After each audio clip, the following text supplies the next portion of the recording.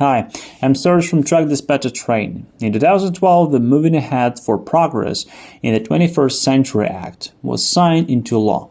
As a result, the ELD mandate was created.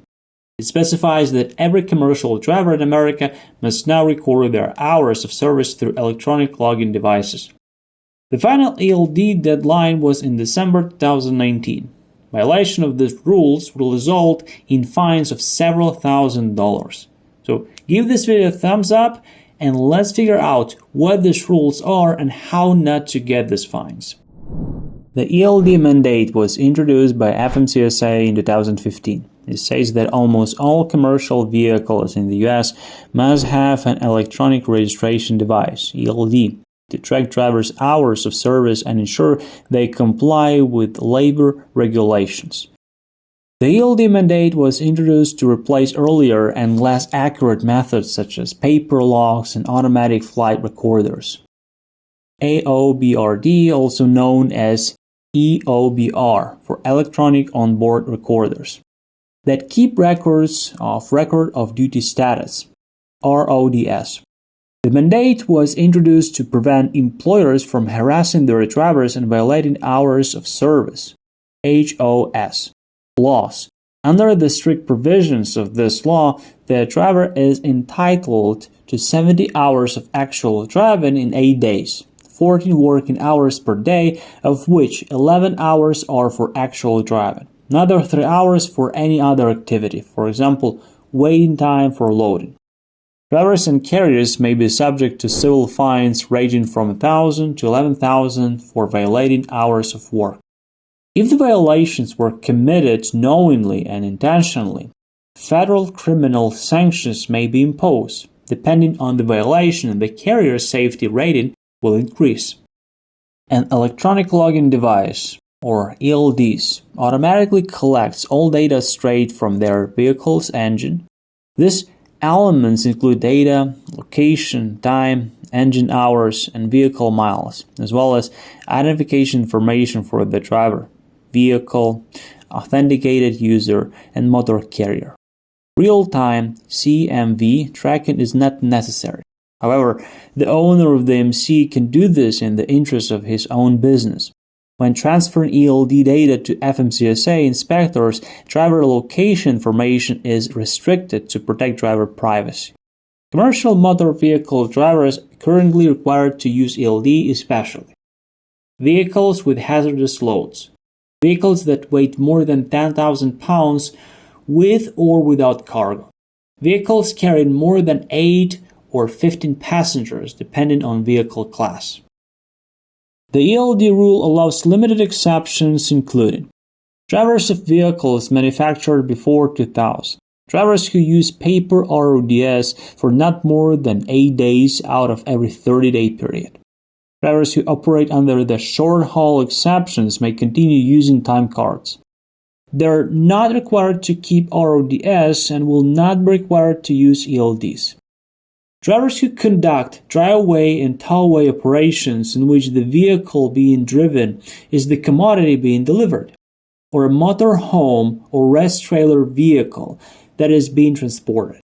Fleets and drivers who have made the conversion to electronic login devices can see benefits. First, reduce time spent on paperwork and roadside checks. Drivers will save time by not having to fill out papers logs anymore. In addition, they will spend less time on roadside checks, so they can spend more time on the road.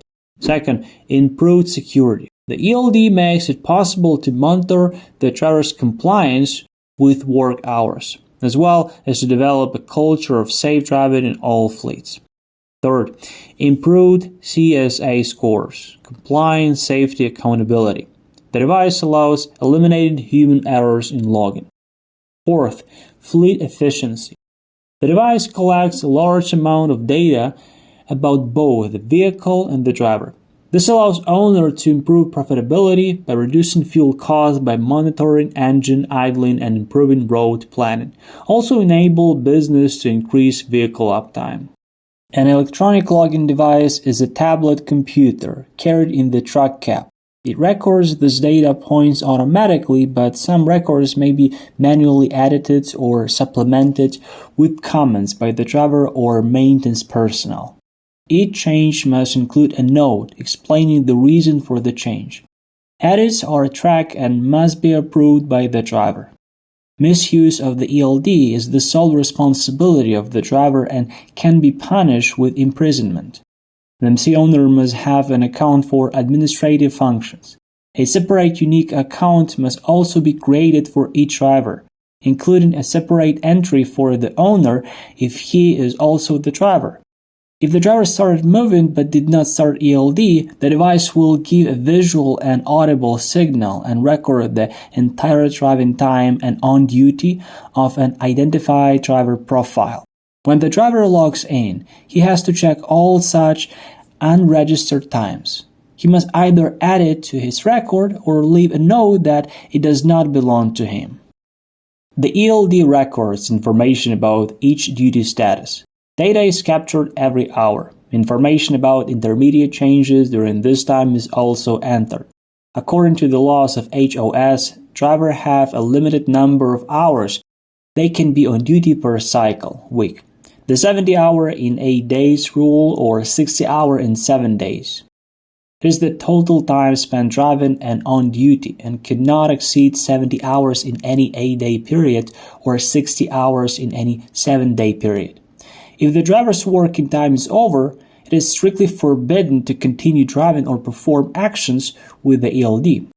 There are 4 main driver's duty status. The first one is D, driving, which turns on when you drive at speed of more than 5 mph. Second is on duty, all the time that driver spent working and being compensated. This includes all the actions of the driver when he is not behind the wheel. For example, time for loading and unloading, transferring documents, or driving at a slower speed than 5 mph. Next status is off duty, leisure time or rest time for a driver. And the last one in SP, sleeper berth, or time for sleeping. The sleeper berth refers to the cab in the back of the truck which can contain a bed, desk, TV, and refrigerator.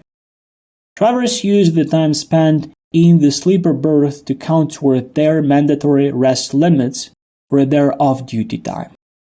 In addition, you can find more statuses, yard move and personal conveyance. In the first option, this could be, for example, the exit from the company's parking lot. That is, any movement outside the public domain.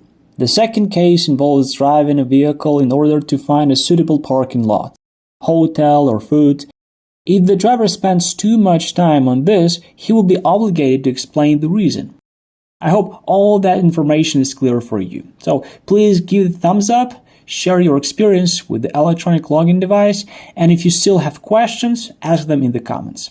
Don't forget to subscribe to our YouTube channel and click on the bell if you don't want to miss our videos.